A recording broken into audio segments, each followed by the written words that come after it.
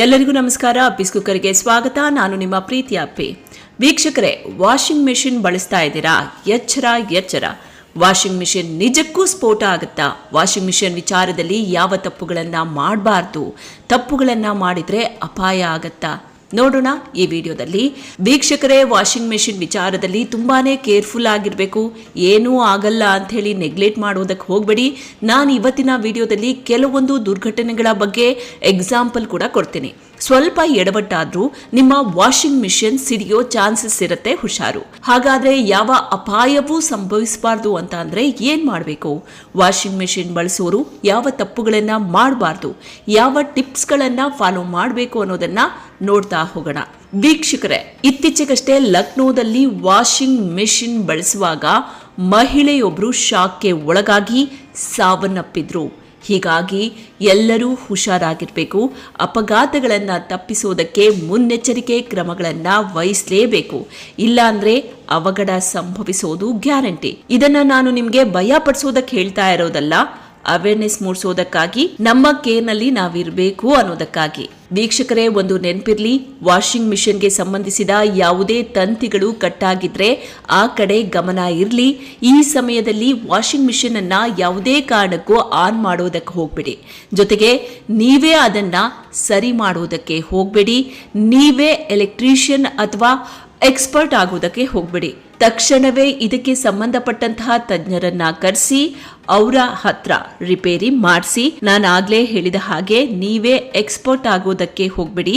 ಜೊತೆಗೆ ನೀವು washing machine on ಮಾಡೋದಕ್ಕೂ ಮೊದಲು ಆಗಾಗ ವೈರ್ಗಳನ್ನ ಚೆಕ್ ಮಾಡ್ತಾ ಇರಿ. ಏನಾದ್ರೂ ಡ್ಯಾಮೇಜಸ್ ಇದ್ರೆ ತಕ್ಷಣವೇ ಸರಿ ಮಾಡಿಸಿ. ಇಲ್ಲ ಅಂದ್ರೆ ವಿದ್ಯುತ್ ಅವಘಡ ಸಂಭವಿಸುವಂತಹ ಚಾನ್ಸಸ್ ಇರುತ್ತೆ.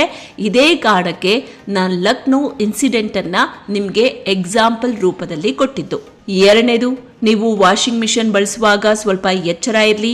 ವಾಷಿಂಗ್ ಮಿಷಿನ್ ನಲ್ಲಿ ಕಂಟ್ರೋಲ್ ಪ್ಯಾನಲ್ ಇರುತ್ತಲ್ಲ, ಅದರ ಮೇಲೆ ಯಾವುದೇ ಕಾರಣಕ್ಕೂ ನೀರು ಬೀಳಬಾರ್ದು.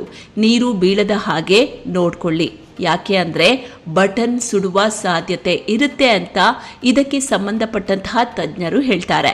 ಈ ಕಡೆ ಗಮನ ಹರಿಸದೇ ಇದ್ರೆ ಅಪಾಯ ಸಂಭವಿಸಬಹುದು. ನಂಬರ್ 3, ನಿಮ್ಮ ವಾಷಿಂಗ್ ಮಿಷಿನ್ ಅನ್ನ ಆಗಾಗ ಎಲೆಕ್ಟ್ರಿಷಿಯನ್ಸ್ ನಿಂದ ಚೆಕ್ ಮಾಡಿಸ್ತಾ ಇರಬೇಕು. ಇದರಿಂದ ಏನ್ ಅಡ್ವಾಂಟೇಜ್ ಅಂದ್ರೆ ವಾಷಿಂಗ್ ಮಿಷಿನ್ ನಲ್ಲಿ ಏನಾದ್ರೂ ಸಮಸ್ಯೆ ಇದ್ರೆ ಪತ್ತೆ ಹಚ್ಚಬಹುದು, ಹಾಗೂ ದೊಡ್ಡ ಅನಾಹುತವನ್ನ ತಪ್ಪಿಸಬಹುದು. ತಕ್ಷಣ ರಿಪೇರಿ ಮಾಡಿಸಬಹುದು. ಕೆಲವೊಂದ್ ಸಾರಿ ವಾಷಿಂಗ್ ಮಿಷಿನ್ ನಲ್ಲಿನ ಮೋಟಾರ್ ಸ್ಕ್ರೂಗಳು ಲೂಸ್ ಆಗ್ತಾ ಇರುತ್ತೆ. ಆ ಟೈಮ್ ನಲ್ಲಿ ಮೆಷಿನ್ ಸರಿಯಾಗಿ ಕೆಲಸ ಮಾಡಲ್ಲ. ಈ ಟೈಮ್ ನಲ್ಲಿ ಅಪಾಯ ಕೂಡ ಹೆಚ್ಚಾಗಿರುತ್ತೆ. ಇದ್ರ ಕಡೆ ಗಮನ ಇರ್ಲಿ. ಆಗಾಗ ಸರ್ವಿಸ್ ಮಾಡಿಸೋದನ್ನ ಮರಿಬೇಡಿ. ಸರ್ವಿಸ್ ಮಾಡಿಸ್ತಾ ಇರಿ. ಸರ್ವಿಸ್ ಮಾಡಿಸ್ತಾ ಇದ್ರೆ ವಾಷಿಂಗ್ ಮಿಷಿನ್ ನಲ್ಲಿ ಏನೇ ಸಮಸ್ಯೆ ಇದ್ರೂ ಅದು ಗೊತ್ತಾಗತ್ತೆ.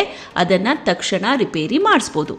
ಇನ್ನೊಂದು ಇಂಪಾರ್ಟೆಂಟ್ ವಿಚಾರ ಏನಪ್ಪಾ ಅಂದ್ರೆ, ಯಾವುದೇ ಕಾರಣಕ್ಕೂ ನೀವೇ ರಿಪೇರಿ ಮಾಡುವುದಕ್ಕೆ ಹೋಗ್ಬೇಡಿ. ನಾನು ಇದ್ರ ಬಗ್ಗೆ ಆಗ್ಲೇ ಹೇಳ್ದೆ.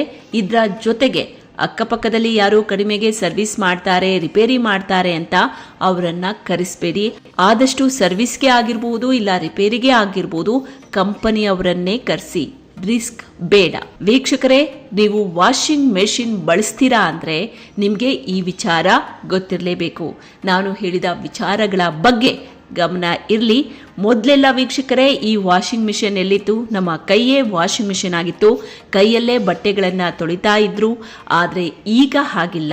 ಬ್ಯುಸಿ ಲೈಫಲ್ಲಿ ಸಾಮಾನ್ಯವಾಗಿ ಎಲ್ಲರೂ ಕೂಡ ವಾಷಿಂಗ್ ಮೆಷಿನ್ಗಳನ್ನ ಹೆಚ್ಚು ಬಳಸ್ತಾ ಇದ್ದಾರೆ. ಆದ್ರೆ ವಾಷಿಂಗ್ ಮಿಷಿನ್ ಬಳಸೋದು ತಪ್ಪಲ್ಲ.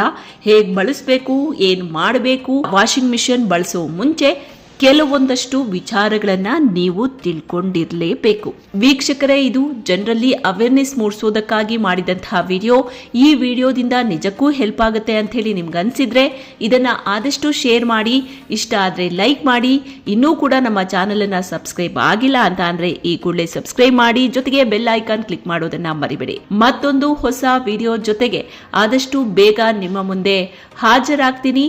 ನಿಮ್ಮ ಸಪೋರ್ಟ್ ಯಾವಾಗ್ಲೂ ಇದೇ ರೀತಿಯಾಗಿರ್ಲಿ. ನಮಸ್ಕಾರ.